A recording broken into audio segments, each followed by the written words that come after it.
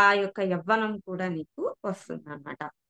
So, బ్రెయిన్‌లో waves గురించి చెప్పుకున్నాం మనం. మన ఎమోషనల్ స్టేట్‌ని బట్టి బ్రెయిన్ ఏం చేస్తుందంటే 5 టైప్స్ ఆఫ్ వేవ్స్‌ని మన మానవ మస్తిష్కంలో మన ఎమోషనల్ స్టేట్‌ని బట్టి ప్రవహింపజేస్తుందన్నమాట. సో, ఇప్పుడు నేను మీతోటి మాట్లాడుతున్నా. నేను చెప్పేది మీరు కాన్సంట్రేటెడ్‌గా వింటున్నారు. సో, అలా వింటున్నారు అనంటే దాని అర్థం ఏమిటి అంటే, మన యొక్క మానవ మస్తిష్కంలో ఈ యొక్క బీటా వేవ్స్ అనేవి వెళ్తూ ఉన్నట్టు అర్థమనమాట. బీటా స్టేట్‌లో మనం ఉన్నామని తెలుసుకోవాలి. ఏంటి? ఏదైనా కాన్సంట్రేటెడ్‌గా కనుక ఒక పని చేస్తుంటే, ఇప్పుడు నేను చెప్తున్నా మీరు వింటున్నారు. విన్నప్పుడు కాన్సంట్రేషన్‌గా నేను చెప్పే ఇన్ఫర్మేషన్‌ని మీరు మీ లోపలికి తీసుకుంటూ ఉన్నారు అనంటే మనము బీటా స్టేట్‌లో ఉన్నట్టు అర్థం అన్నమాట. ఇది 18-25 హెర్ట్జ్ ఫ్రీక్వెన్సీలో ఉంటాయట ఈ తరంగాలు. So, next alpha alpha state గురించి చెప్పుకుందాం. ఆల్ఫా స్టేట్ అనేది మెడిటేషన్ చేసేవాళ్ళు ఎప్పుడు కూడా ఆల్ఫా స్టేట్‌లో ఉంటారు. వాళ్ళు నార్మల్‌గా ఉన్నా కూడా వాళ్ళ బ్రెయిన్ వేవ్స్ ఏం తీసుకుంటుంది? ఆల్ఫా తరంగాలను తీసుకుంటుందనమాట. అంటే చక్కగా స్ట్రెస్‌ఫుల్‌గా లేకుండా, మంచిగా ఏదైనా సరే అవేర్‌నెస్ తోటి ఏ విషయం వచ్చినా, ఒక కష్టం వచ్చినా, ఒక నష్టం వచ్చినా, ఒక రాగము, ఒక ద్వేషం వచ్చినా, ఒక అసూయ అనే ఫీలింగ్ ఏది అది దానికి సంబంధించి ఎవరన్నా మోసం చేసినా, అన్యాయం చేసినా ఏం చేస్తారు? ఆ యొక్క ఆల్ఫా స్టేట్‌లో వాళ్ళు ఉంటారనమాట. ఎప్పుడు మెడిటేషన్ చేస్తూ సంవత్సరాల తరబడి మెడిటేషన్ చేస్తూ ఉండేవాళ్ళు, వాళ్ళెక్కువ రియాక్ట్ అవ్వరు. ఎందుకు రియాక్ట్ అవ్వరు అననంటే, వాళ్ళ స్టేట్‌ని వాళ్ళు పెంచుకొని వాళ్ళ ఆల్ఫా తరంగాల్ని వాళ్ళ బ్రెయిన్ ద్వారా వాళ్ళు ఆ వేవ్స్‌ని పాస్ చేసుకుంటూ ఉంటారనమాట. అందుకని వాళ్ళు ఆ స్టేట్‌లో ఉంటారు. సో, ఈ ఆల్ఫా తరంగాలు 18-13 హెర్ట్జెస్‌లో దీన్ని కొలుస్తారనమాట. సో, ఆ తరంగాల ఫ్రీక్వెన్సీని హెర్ట్జెస్‌లో చూస్తారు. సో, మన బ్రెయిన్ ద్వారా ఇప్పుడు ఇప్పుడు నేను మీతోటి మాట్లాడుతున్నప్పుడు నేను ఎట్లా ఉంటా? బీటా స్టేట్‌లో ఉంటా. అదే కనుక ఏదన్నా ఒక సిట్యుయేషన్ జరిగినప్పుడు మీరు నార్మల్‌గా గనుక ఉన్నట్లయితే మీరు ఆల్ఫా స్టేట్‌లో ఉన్నట్టు అర్థం అనమాట. అండ్ తర్వాత థీటా స్టేట్. ఈ థీటా స్టేట్ 35-7 హెర్ట్జెస్‌లో ఉంటాయట ఈ తరంగాలు. సో, ఈ బ్రెయిన్ ద్వారా మనం మానవ మస్తిష్కం ద్వారా ఈ యొక్క వేవ్స్‌ని కనుక ఒక హాఫ్ ఎన్ అవర్ కనుక హోల్డ్ చేయగలిగితే శారీరక ఆరోగ్యం అనేదొస్తదట. మనకు చూడండి అనారోగ్య సమస్యలతోటి చాలా బాధపడిపోతూ ఉంటారు. సో, అలా బాధపడిపోతూ ఉండే వాళ్ళు ఏం చేయాలంటే మంచిగా నైట్ టైమ్ పడుకునేటప్పుడు థీటా వేవ్స్ మెడిటేషన్స్ చాలా మనకు దొరుకుతాయి దాంట్లో. ఈ గూగుల్‌లో కొట్టామంటే. సో, అవి పెట్టుకొని చక్కగా కొంచెం సేపు మెడిటేషన్ చేసి, చిన్న సౌండ్ పెట్టేసేసుకొని, వాటిని మొబైల్‌ని అక్కడ పెట్టేసేసుకొని మీరు నిద్రపోండి. సో, మీ మానవ మస్తిష్కం ద్వారా తీటా వేవ్స్‌ని మీరు ప్రసరింపచేసేటట్టు ఇంకేం ఆలోచనలు లేకుండా ఒక అరగంట పాటు మనం ఆ తీటా వేవ్స్‌ని గనక మనము మన మానవ మస్తిష్కం ద్వారా గనక పంపించగలిగితే శారీరక ఆరోగ్యం అనేదొస్తుందట. అనారోగ్యం ఎటువంటి అనారోగ్యమైనా గూడా పోతుందట.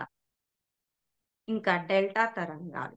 అవి 0.5-3.5 హెర్ట్జెస్ వరకు ఉంటాయట. సో, దీనినే మనము సమాధి స్థితి అని కూడా అనుకోవచ్చు. సో, ఈ యొక్క డెల్టా తరంగాల్ని కనుక మన మానవ మస్తిష్కం ద్వారా మనం పంపించగలిగితే, మనకు యవ్వనం అనేదొస్తుందట. ఒక యాంటీ ఏజింగ్ హార్మోన్ అనేది రిలీజ్ అవుతుందట. ఇది కూడా ఒక హాఫ్ ఎన్ అవర్ పాటు ఈ డెల్టా తరంగాలను గనక మన మానవ మస్తిష్కం ద్వారా గనక మనం పంపిస్తే ఏమవుతుంది? ఈ యొక్క యాంటీ ఏజింగ్ హార్మోన్ అనేది ఏర్పడి, మనము యవ్వనంగా కనిపిస్తామట. అంటే ఎప్పుడు బాడీ చురుకుగా ఉంటూ, అన్ని పనులను చేసుకుంటూ, ఎప్పుడు ఆనందంగా ఉంటామనమాట. అది సమాధి స్థితిలో మనకు ఆ యొక్క బ్రహ్మానందం బ్లిస్ స్టేట్ అనేది వస్తుంది. సో, ఈ ఈ ఇట్లా కనుక మనం ఆ తరంగాల్ని గనక మనము హోల్డ్ చేసుకోగలిగితే, అంటే ఏ ఆలోచన లేకుండా మళ్ళీ చెప్తున్నా నేను పెట్టుకున్నాను, మొబైల్‌లో పెట్టుకున్నాను.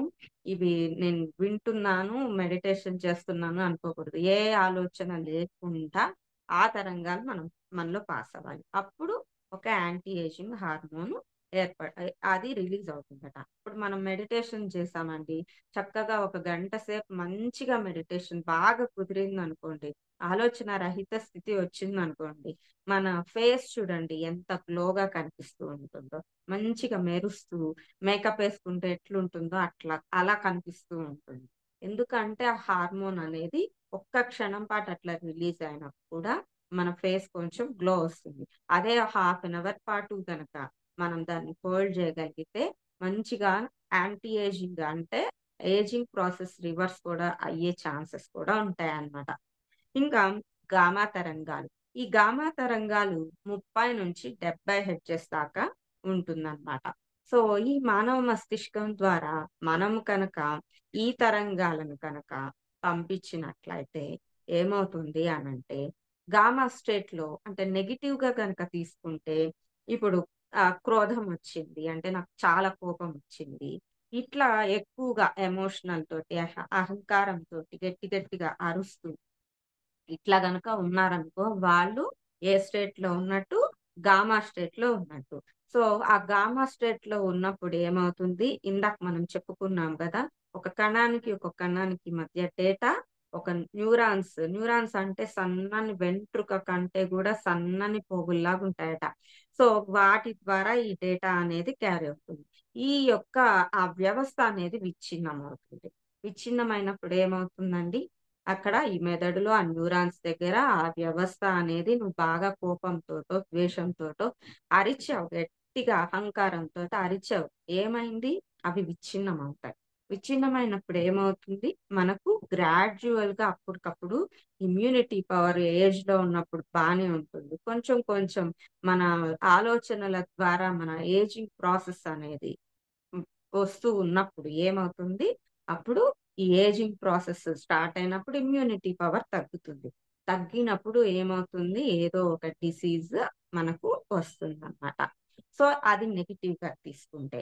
అదే గామా తరంగాలు మన మానవ మస్తిష్కంలో పాస్ అయ్యేటప్పుడు మనము దానిని గనుక పాస్ చేయగలిగితే కా క్రోధంతోటి, కోపంతోటి కాకుండా ఉన్నట్లయితే పాజిటివ్‌గా అయితే ఎలా ఉంటుందంటే ఏకసంతాగ్రాహులుగా తయారైపోతారు.